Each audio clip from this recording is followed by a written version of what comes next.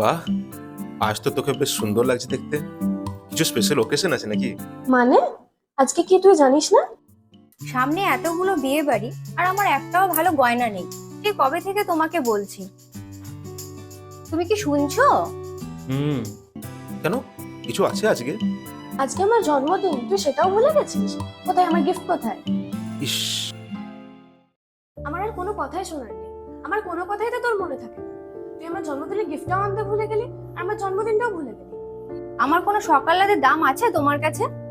আছে তো। আমার আর কিচ্ছু বলার নেই। আরে আরে শোন তো, যাচ্ছিস কোথায়? শুনতে পাচ্ছো? হ্যাঁ, সিচুয়েশনটা এই রকম হতে পারতো, কিন্তু mister lover and mister husband সিচুয়েশনটা খুব সুন্দরভাবে সামাল দেয়। কিভাবে? ঠিক এইভাবে।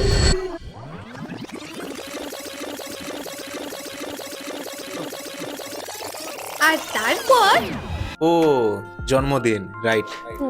আচ্ছা, মনে আছে যখন আমার গিফট কোথায়? হুম, তাহলে জন্মদিনে গোলাপের জন্য গোলাপি থাক।